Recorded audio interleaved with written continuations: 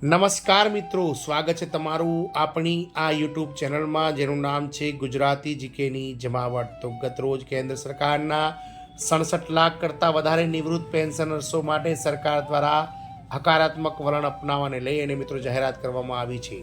કેન્દ્ર સરકારના જે પેન્શનર્સો છે કે જેઓ નિવૃત્ત થયા છે અને હાલમાં પેન્શન મેળવી રહ્યા છે તેમના એસોસિએશન દ્વારા સરકારને જે 80 વર્ષે મિત્રો પેન્શનમાં વધારો કરવામાં આવશે 20%, તેના બદલે 65, 70, 75 અને 80 એમ દર 5 વર્ષે મિત્રો પેન્શનમાં વધારો કરવાને લઈ અને માગણી કરવામાં આવી હતી, જેના માટે કેન્દ્ર સરકાર દ્વારા જે છે તે મિત્રો એક સમિતિની રચના કરવામાં આવી હતી। જાણીએ વિડીયોમાં વિગતવાર કે આ સમિતિ દ્વારા જે છે તે મિત્રો દેશના લાખો પેન્શનર્સો માટે શું હકારાત્મક વલણ અપનાવવામાં આવે છે અને કેન્દ્ર સરકારને મિત્રો આ સમિતિ દ્વારા કેવો રિપોર્ટ સોંપવામાં આવે છે અને સરકાર આ બાબતને લઈને ક્યારે જાહેરાત કરી શકે છે તેને લઈને વિડીયોમાં વિગતવાર ચર્ચા કરીએ।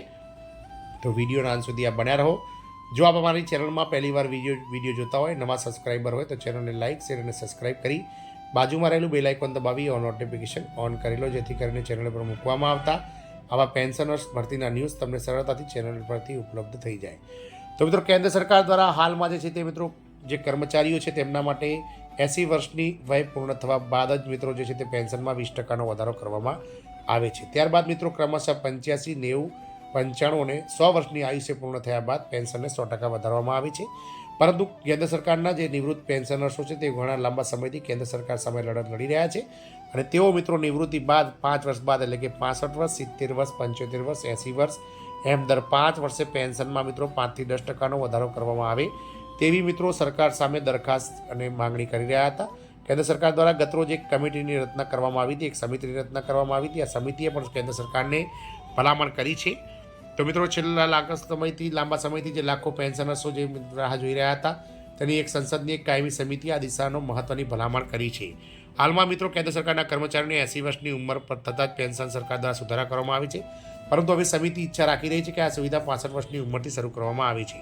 નવી ભલામણનો પ્રસ્તાવ શું છે? તો સંસદીય સમિતિના કેન્દ્ર સરકાર તરફથી વિનંતી કરવામાં આવી છે કે ઉંમર વધારવાની સાથે આરોગ્ય અને જીવનશૈલી વધારવા માટે ખર્ચ કરવામાં જેથી કર્મચારીઓને મિત્રો ફાયદો થાય તે માટે મિત્રો આ પ્રકારના નિર્ણય લેવા જોઈએ, જેમાં 65 વર્ષની ઉંમરમાં પેન્શનમાં 5%નો વધારો, 70 વર્ષમાં પેન્શનમાં 10%નો વધારો, 75 વર્ષની ઉંમરમાં 15% વધારો અને 80 વર્ષની ઉંમર પછી પહેલાંની જેમ 20% વધારો કરવામાં આવે। ત્યારબાદ મિત્રો ક્રમશઃ 5% વધારો કરવો જોઈએ અને 100 વર્ષની ઉંમર પૂર્ણ થયા બાદ કર્મચારી અને પેન્શનર્સોનું પેન્શન બમણું એટલે કે 100% કરી દેવું, વધારો કરી દેવો જોઈએ। મિત્રો, આ વધારાથી મિત્રો જે છે તે મિત્રો આ જે નિવૃત્ત સિનિયર સિટીઝન છે તેમના જીવન નિર્વાહમાં મિત્રો ફરક પડશે। તેમને વધતી મોંઘવારી અને ફુગાવા સામે તેઓ મિત્રો બજારમાં ટકી શકશે। બજારમાં વધતી જતી મોંઘવારીને લઈ અને મિત્રો આ પેન્શનર્સો ઘણી દુવિધાઓ અપનાવતા હોય છે। આજના સમયમાં જ્યારે મેડિકલ સાયન્સ બહુ મોંઘું થઈ ગયું છે ત્યારે મેડિકલ ખર્ચાઓને પહોંચી વળવા માટે આ પેન્શનર્સોને મિત્રો આ કમ્યુટેશન પીરિયડ જે હાલમાં 20 વર્ષે તે ઘટાડીને 5 વર્ષે પેન્શન સરકાર વધારે તેવું મિત્રો એક સમિતિ દ્વારા, સંસદીય સમિતિ દ્વારા ભલામણ કરવામાં આવી છે અને સરકાર દ્વારા પણ મિત્રો આ નિયમો બનાવવામાં આવે છે। પહેલાં કેવું હતું?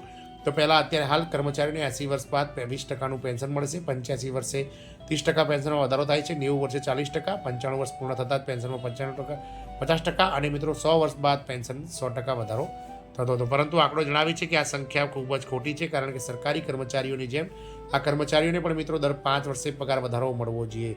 જોવાનું એ રહેશે કે મિત્રો 65 વર્ષ, 70 વર્ષ અને 75 વર્ષની વયમાં જ્યારે પેન્શન વધારાને લઈ અને કેન્દ્રની સંસદીય સમિતિ દ્વારા સરકારને સૂચના આપવામાં આવી છે, સરકાર આ બાબતને લઈને ક્યારે હકારાત્મક નિયમ લે છે તેને જોવાનું રહેશે। પરંતુ એક અંદાજા મુજબ અને નાણાં વિભાગના સૂત્રો દ્વારા મળતી માહિતી અનુસાર ઓક્ટોબર મહિના સુધીમાં એટલે કે દિવાળી પહેલાં કર્મચારીઓ માટે આ સરકાર દ્વારા પેન્શનર્સો માટે આ જાહેરાત થઈ શકે છે। જય હિન્દ, અસ્તુ।